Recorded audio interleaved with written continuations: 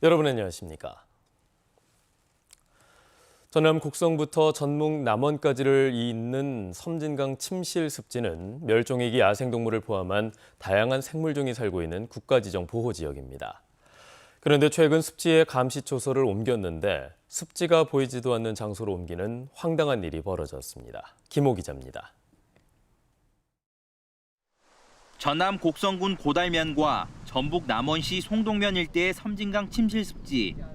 200만 제곱미터 규모로 멸종위기 야생생물 1급인 수달과 17종의 한반도 고유어종을 포함해 650여 종의 생물종이 사는 하천형 습지입니다. 환경부는 자연생태적 가치를 인정해 2016년 11월 습지 보호지역으로 지정했습니다. 침실 습지 주변에 설치된 감시초소입니다. 습지 내 각종 불법 행위를 감시하기 위해 마련된 곳인데 안에서 보면 제방에 가로막혀 습지가 전혀 보이지 않습니다. 애초 습지가 한눈에 들어오는 곳에 감시초소가 있었지만 곡성군이 주변 편의시설을 만들며 영산강유역 환경청에 위치 변경을 제안했습니다. 영산강청은 동의했고 곡성군은 예산 800만 원을 들여 초소를 옮겼는데 습지가 보이지 않게 된 겁니다. 변경할 초소 위치까지 사전에 협의했던 영산강청은 보름여 만에 다시 위치 변경을 요구했습니다. 영산강청은 감시초소 위치 변경 과정이 부실했다고 인정하고 원래 자리나 새로운 자리로 옮기는 방안 등을 곡성군과 협의하겠다고 밝혔습니다. 예산 낭비 부분도 있고 좀 더 감시 역할을 더 강조해서 다시 옮길 수도 있는데 장점과 단점을 검토한 후에 환경당국의 어설픈 행정이 행정력 낭비, 예산 낭비로 이어지게 됐습니다. KBS 뉴스 김호입니다. 지난주 파업을 유보하고 조정 기한을 연장한 광주 시내버스 노동조합이 오늘 오후 사측과 3차 조정에 나섭니다. 조정의 핵심 쟁점은 임금 인상으로 노조는 5% 인상을 요구하고 있고 사측은 1.5% 인상안으로 맞서는 상황입니다. 노조는 3차 조정이 결렬될 경우 내일 새벽 첫 차부터 운행을 중단하고 파업에 들어갈 방침입니다. 후보 부적격 판정을 받아 민주당 경선에서 배제됐던 서대석 광주 서구청장이 무소속 출마 의사를 밝혔습니다. 서대석 서구청장은 지난 4년 동안의 구정에 대한 평가와 향후 4년을 이끌어갈 적임자인지 유권자들에게 직접 평가를 받겠다며 오늘 탈당계를 내고 출마 선언과 함께 예비 후보로 등록하겠다고 밝혔습니다. 민주당 광주시당 공천관리위원회는 음주운전 전력 등을 이유로 후보 부적격 판정을 내렸고 민주당은 3인 경선을 치러서 김희강 전 광주시 대변인을 광주 서구청장 후보로 확정했습니다. 민주당이 입당 원서 유출 의혹이 불거진 목포시장 후보자 결정을 당원 여론조사는 빼고 일반인 여론조사로만 실시하기로 했습니다. 민주당 비대위는 어제 회의를 열어 이같이 결정하고 민주당 전남도당에 통보했습니다. 이에 앞서 8천여 명의 민주당 입당 원서가 유출되면서 중앙당이 목포시장 선거구를 전략선거구로 지정했습니다. 경남 하동의 명물인 섬진강 제첩잡이가 본격적으로 시작됐습니다. 하지만 어민들은 지난 2년 전 수해 피해 등으로 제첩 채취량이 줄어들지 않을까 걱정하고 있습니다. 경남 하동군은 서식지 회복 작업에 나섰습니다. 네트워크 소식 창원방송총국 이형관 기자의 보도입니다.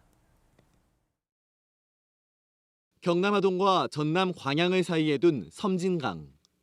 어민들이 빨간 대야와 함께 강물을 따라 곳곳에 자리를 잡고 있습니다. 가슴팍까지 올라온 강물을 이리저리 휘젓고 다니며 제첩잡이에 열심입니다. 하동 제첩잡이는 전통 방식을 사용합니다. 밝기가 달린 거랭이라는 어글을 활용해 강바닥을 훑으면서 제첩을 잡습니다. 제첩 시기가 5월달, 6월달 최고 맛이 좋을 시기거든요. 지금 한참 맛이 좋을 시기예요. 지금부터 이제 많이 나올 겁니다. 제첩잡이가 본격적으로 시작됐지만 채취량은 걱정입니다. 2020년 여름 집중호우와 댐 방류로 강물이 범람해 퇴적물이 서식지를 쓸어내면서 제첩 서식지 상당수가 파괴됐기 때문입니다. 제첩 채취량은 2019년 610톤에서 수해가 난 이듬해 462톤, 지난해 178톤으로 크게 줄었습니다. 올해는 강바닥 모래 준설 작업이 진행돼 제첩잡이가 더 힘들어졌습니다. 홍수로 인해서 자원이 고갈되다 보니까 지금 어민들의 애로사항은 이만저만이 아닙니다. 조금 기대를 가지고 좀 생산량이 조금 하동군은 제첩 채취량을 늘리기 위해 어린 제첩 인공 종자 방류와 서식지 회복 작업에 나서고 있습니다. 올해 섬진강에서 채취될 제첩은 지난해보다 10% 정도 늘어난 190톤 정도로 예상됩니다. 올해는 작년보다는 제첩이 조금 더 많아질 거라는 기대를 좀 가지고 있습니다. 왜냐하면 서식지도 확대되고 5월 말경에는 저희가 인공 종자를 살포를 해가지고 국가 중요 어업 유산이자 섬진강 명물인 전통 제첩잡이는 오는 11월까지 계속됩니다. KBS 뉴스 이형관입니다. 전북 임실군 옥정호 주변에 자연경관을 한눈에 볼 수 있는 케이블카와 모노레일이 설치됩니다. 고창 청보리밭 축제도 3년 만에 다시 열립니다. 이번에는 전주방송총국 한현철 기자입니다. 임실군이 옥정호 주변에 케이블카와 모노레일을 설치합니다. 케이블카는 올 하반기부터 2024년까지 우남교에서 나래산 정상까지 840m 구간에 설치하고 모노레일은 요상공원에서 국사봉 전망대까지 800m 구간에 조성합니다. 2024년 이후에는 케이블카 3km와 모노레일 750m 구간을 추가로 설치합니다. 붕어섬 관광지 조성 사업이 원활히 추진되고 있는 만큼 이에 그치지 않고 우남대교와 나래산, 국사봉을 중심으로 케이블카와 모노레일 설치 사업을 차질 없이 추진해 나가겠습니다. 순창군은 발효 테마파크를 찾는 방문객을 위한 특별 행사를 진행합니다. 어린이날에는 버블 공연과 고추장 샌드위치 만들기 등 다양한 행사를 마련합니다. 순창 발효 테마파크는 지난해 6만 명이 방문했습니다.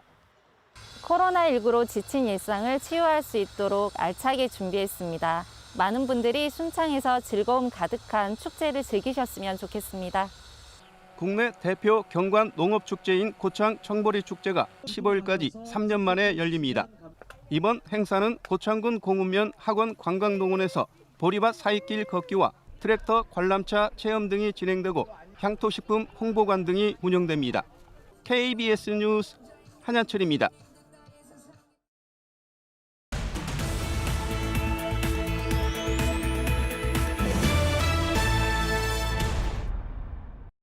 문화재청 국립해양문화재연구소는 최근 보물로 지정된 청자사자형 뚜껑 향로를 목포 해양유물전시관에서 관람할 수 있다고 밝혔습니다. 이 유물은 향로 뚜껑에 장식된 사자가 투박하고 해학적인 조형미를 보여주는 것으로 평가받고 있습니다. 여수해양경찰서는 여수시 소라면 장척마을 앞 갯벌에서 한국해양구조협회 등과 함께 수색용 드론과 갯벌 이동용 널배를 활용해 구조훈련을 진행했습니다. 최근 3년간 여수 여자만과 고흥 등량만 일원의 갯벌과 갯바위에 14명이 고립돼 1명이 숨졌습니다. 여수형 공공배달앱 싱싱여수 먹개비가 5월 가정의 달을 맞아 각종 할인 이벤트를 진행합니다. 이에 따라 음식 주문 시 선착순 4,000명을 대상으로 최대 10,000원 등 할인을 제공하고 이후 3,000원을 돌려주는 별도 행사도 추진합니다. 화순군은 화순광업소 폐광으로 공동화를 겪고 있는 동면에 통합 돌봄 서비스를 제공하는 농촌 돌봄마을 시범단지를 조성합니다. 돌봄마을 시범단지에서는 앞으로 3년 동안 222억 원을 들여 의료와 복지시설 등을 마련해 지역 주민과 고령자, 장애인 등이 함께 일상생활을 하도록 돕는 농촌 재생과 치유 모델을 만들 계획입니다. 지금까지 단신브리핑이었습니다. 대통령직 인수위원회가 광주를 방문해 새 정부에서 추진할 광주 전남의 지역공약 이행 방안을 밝힙니다. 인수위 지역균형발전특별위원회는 모레 광주에서 광주 전남권역 지역균형발전 대국민보고회를 열고 광주 전남 각각 7대 공약, 15대 정책과제를 설명하고 새 정부의 지역균형발전 의지를 전달하기로 했습니다. 광주시와 전라남도는 인수위 지역공약에 포함되지 못한 현안 사업들을 새 정부 국정과제에 반영해달라고 건의할 예정입니다. 광주 비엔날레 전시관 신축 사업이 기획재정부의 예비 타당성 조사를 통과했습니다. 전시관은 1,181억 원을 들여서 중해공원 내 주차장 부지에 총 면적 23,500제곱미터, 지상 3층 규모로 2026년까지 세워질 예정입니다. 광주시는 새 전시관에 상설 전시관과 수장고, 교육 체험 공간, 가상 증강현실관 관람 등을 갖추고 아시아 문화중심도시 5대 문화권 중 시각 미디어 문화권을 대표하는 상징물로 건립할 계획입니다. 광주시는 지역 공공기관과 민간기업에 지방 공휴일로 지정된 5.18 민주화운동 기념일 동참을 당부했습니다. 5.18 민주화운동 기념일의 지방 공휴일 지정은 올해로 시행 3주년을 맞았으며 광주시는 올해 일반 부서는 20%, 민원 및 코로나 대응 부서는 50% 이상이 출근해서 최소한의 업무 처리는 가능하도록 할 예정입니다. 또 광주시의 조기 개양 조례에 따라 5.18 추모 기간인 18일부터 27일까지 조기를 달도록 홍보할 계획입니다.